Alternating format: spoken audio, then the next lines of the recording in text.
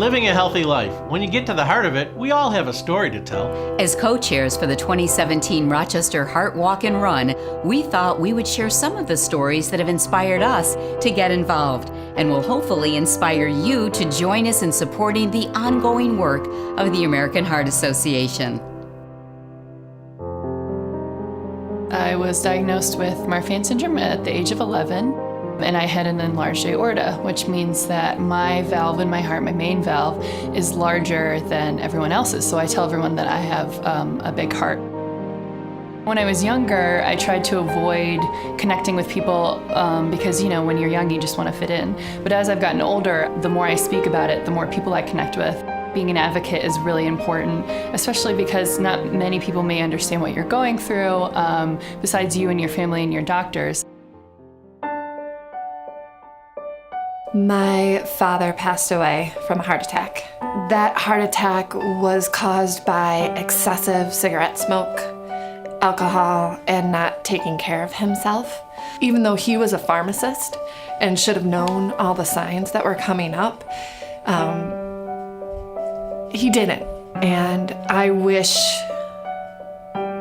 that I could have done something more or said something more. I think that's something the American Heart Association can help.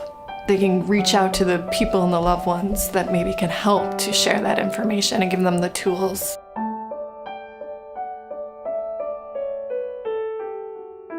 This is my mother, and her name is Janet.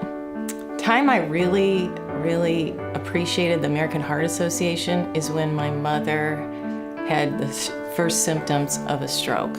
We went to lunch in Pittsford, and I was sitting across from her, and she just didn't look quite right. And then when she said her tongue was feeling numb and she couldn't speak very well, I said, that's it. We're gonna get up. I'm gonna take you to Highland Hospital emergency room. Thanks to the American Heart Association, I knew about these symptoms, and I knew that something was very serious. When she was about ready to enter surgery, she told me, and she grabbed my hand and she said, Ann, my goal is to live until my granddaughter Priscilla turns 10 years old. My mother was able to celebrate Christmas with her 10-year-old granddaughter Priscilla.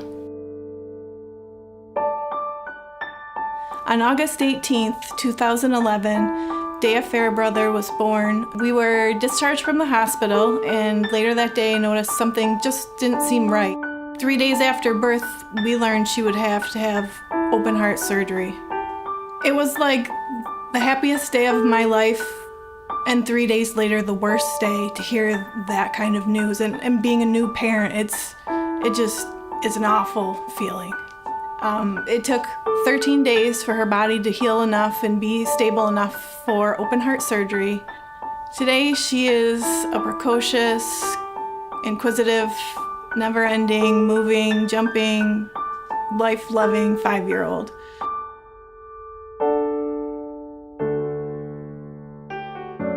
My dad was probably around early 50s, probably 52.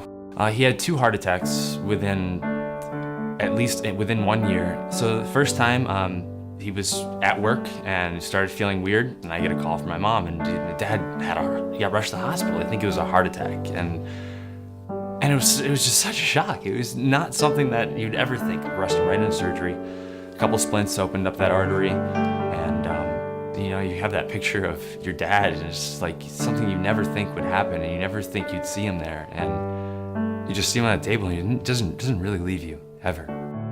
So today he's kicking. He's just still dad.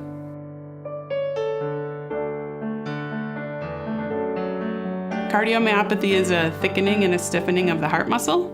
For me, my mother had it, so my sister and I had a 50-50 shot, and I was the winner. Most people don't know that they have this condition until they die. I started getting actively involved in the Heart Association 3 years ago when I called them and said I wanted to volunteer for the Heart Walk. And it was at that Heart Walk that I realized that I couldn't easily walk the Heart Walk. And then finally last fall I said, that's it, I want to go to the Heart Walk this coming year, and I want to actually walk the walk with the team. And I've walked, I've lost track, several hundred miles in the past year, and I've done a 5K every weekend starting last spring. What touches my heart? What touches my heart is watching all of my coworkers and the company that I work for. So now I'm gonna cry. Our team is everything, and when I get to see our team working together for this cause, it means my dad. I just absolutely love the Heart Walk.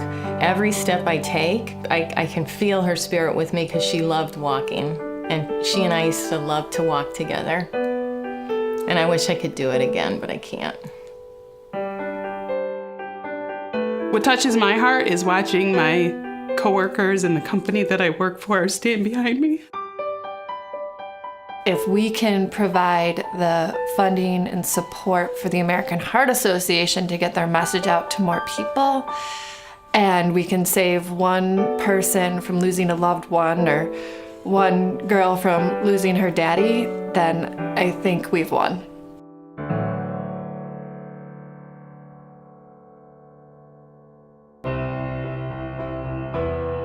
So what's your heart story? For me, it was being diagnosed with high blood pressure, really high blood pressure, during an American Heart Association screening at our office. For me, it was watching my dad go through 6 heart attacks before he was 50.